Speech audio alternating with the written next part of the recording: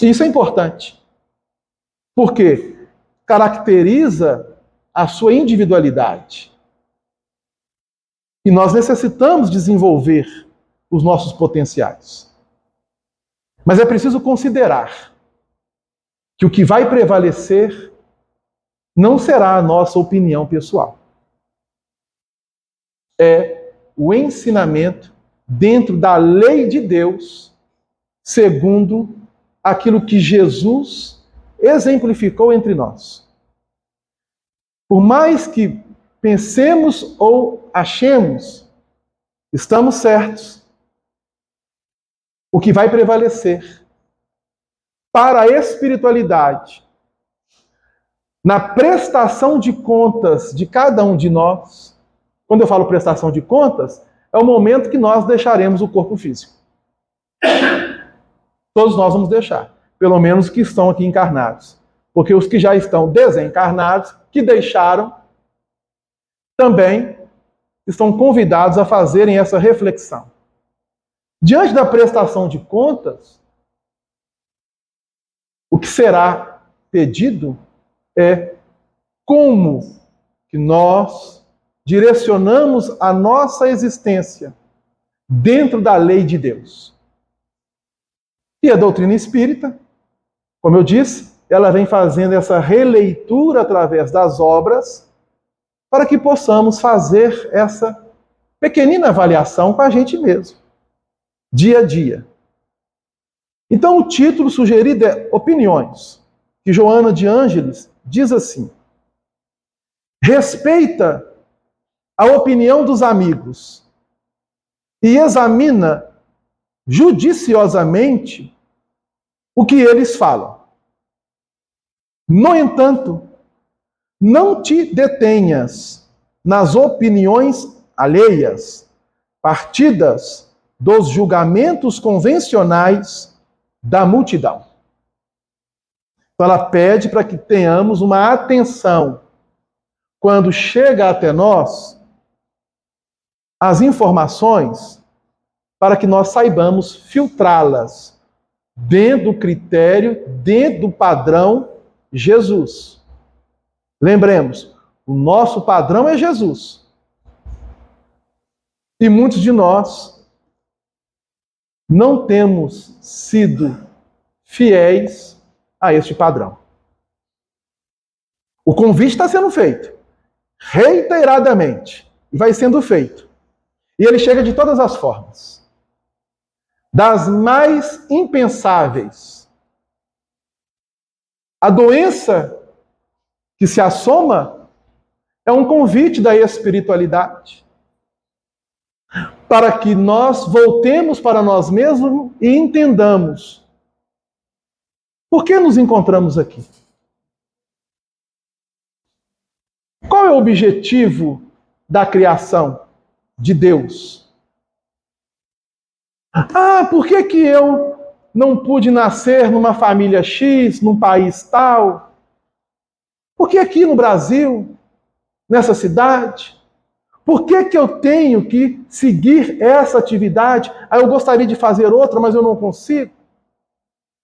As perguntas vão se somando, vão se chegando. E a humanidade já tem resposta. Só que a humanidade não quer enxergar a resposta devido, conforme eu coloquei, os interesses que ainda trazemos no campo íntimo.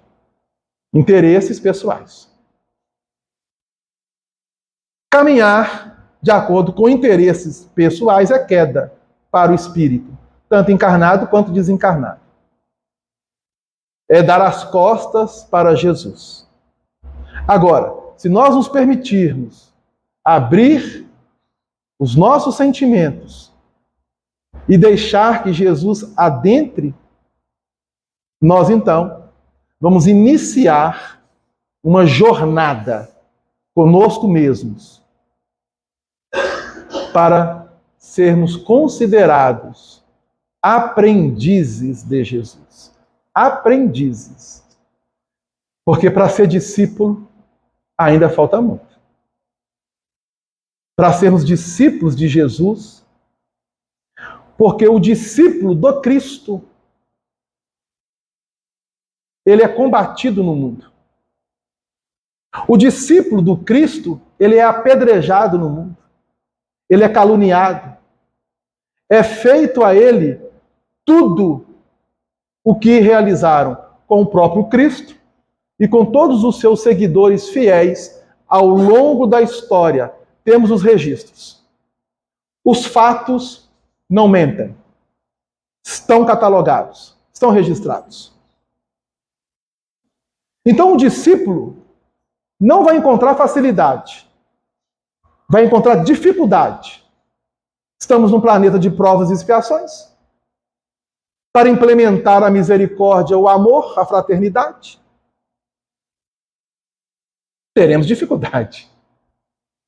Porque, infelizmente, muitos irmãos ainda são contrários a essa proposta. Não vale para a espiritualidade o que você fala, o que você pensa. E lembrar a todos que pensamento tem magnetismo, eletricidade, movimento e atração. Pensamento é matéria. Para que nós possamos entender. Tem tudo isso. Eletricidade, magnetismo, movimento e atração. Mas o que vai prevalecer é o que está no campo íntimo, no sentimento.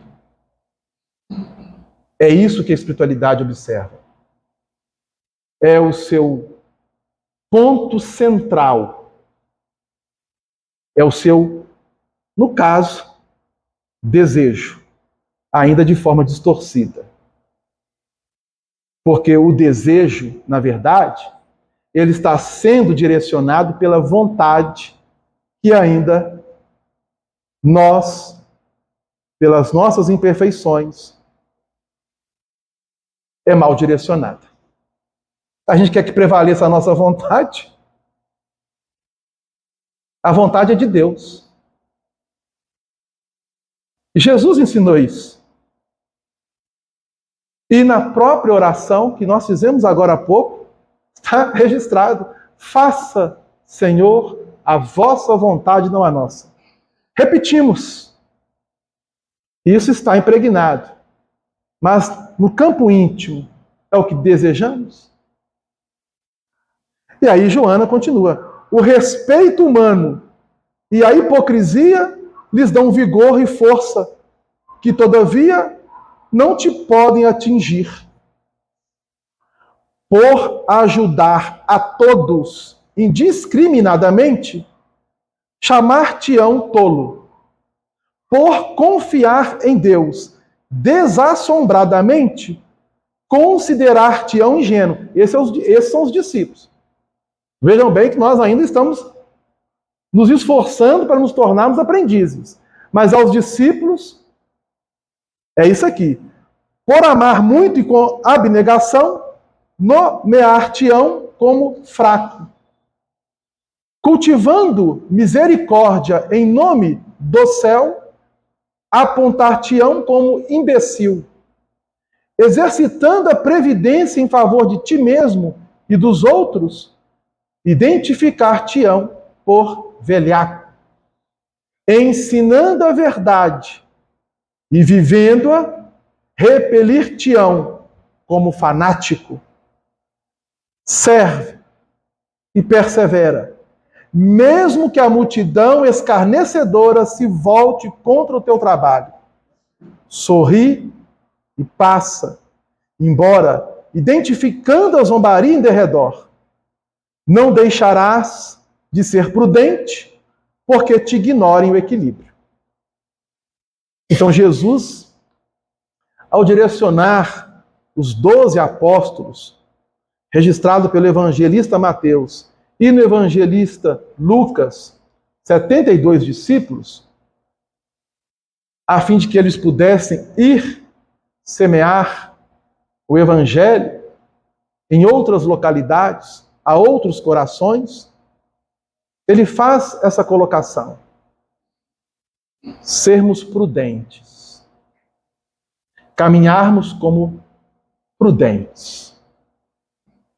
E a prudência, ela pede-nos vigilância em tudo.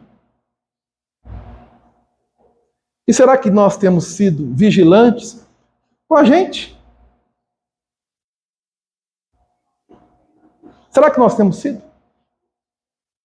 Ou ainda nós buscamos apenas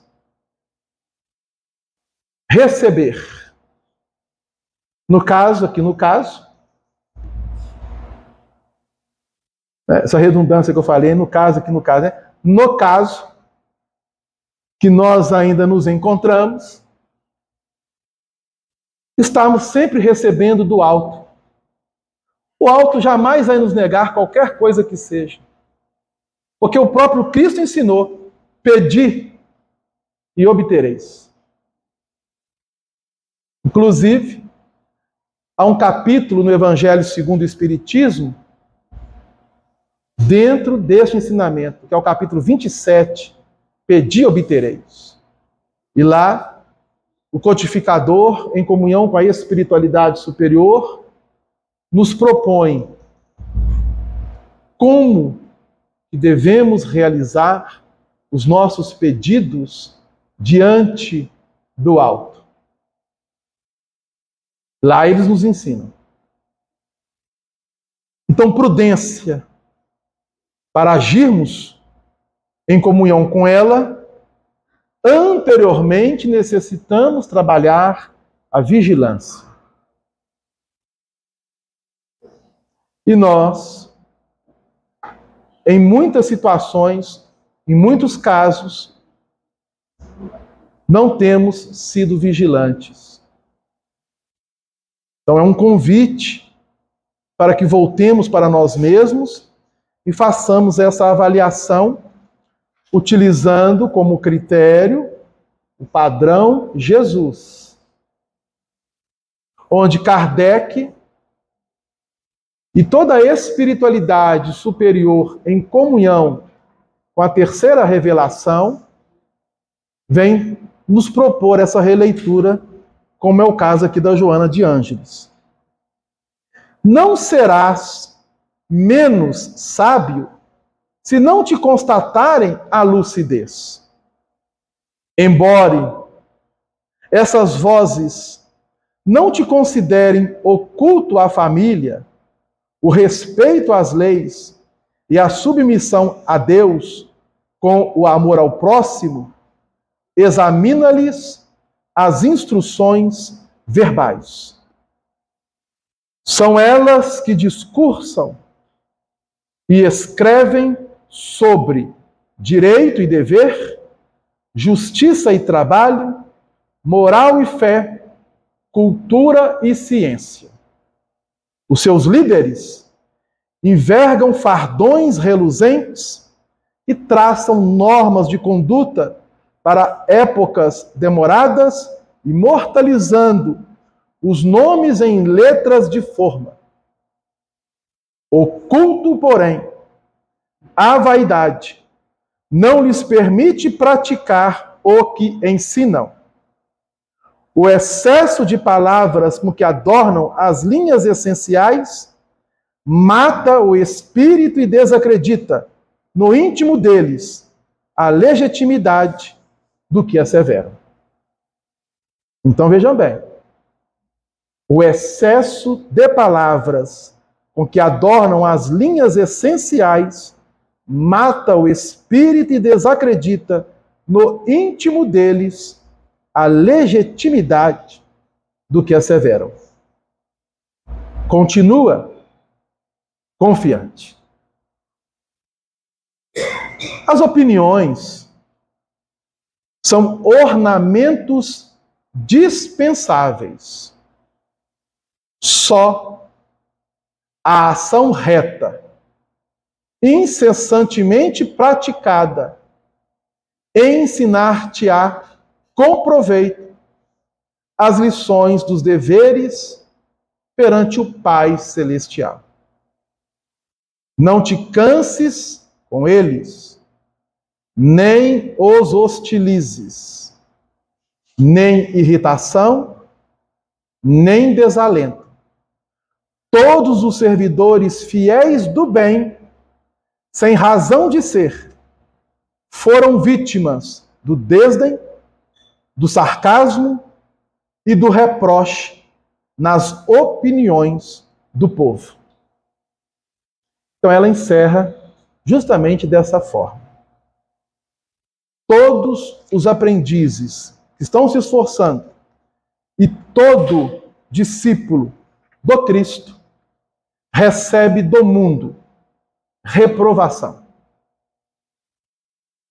Isso a história nos confirma. Mas estamos trabalhando para modificar este quadro em nossa humanidade. E essa mudança, ela se opera a partir do momento que cada coração, que cada consciência, voltando para si mesmo, voltando para si mesma, possa buscar a sua essencialidade na intimidade com Deus e se propondo a caminhar com Deus na observância e na prática efetiva de suas leis que Jesus veio exemplificar. Caminhar com Jesus é muito difícil. Muito difícil. A tal ponto que, em uma oportunidade que ele estava ensinando próximo ao templo, muitos que o ouviam ficaram escandalizados e começaram a sair, pois que não aceitariam caminhar dentro daquela diretriz que ele propõe-nos na comunhão com a lei de Deus. Aí ficaram só os 12 apóstolos. Só os 12 apóstolos. Jesus, virando para os mesmos, diz: vós irão retirar também? Olhando para cada um dos 12. Vós vão fazer como eles? Vão também se retirar? E é aí que Pedro, no impulso, dentro de uma sintonia com a espiritualidade, benfeitora e amiga, diz a Cristo: não, Senhor. A quem nós iríamos? Pois que tu tens as palavras da vida eterna. Então, o Mestre está nos convidando a fazermos essa proposta com a gente. Renovação. E renovação é a segunda parte do nosso estudo, dentro da obra Os Prazeres da Alma, que o nosso amigo, nosso irmão Telmo, irá fazer com vocês. Uma boa noite a todos e que Jesus nos abençoe.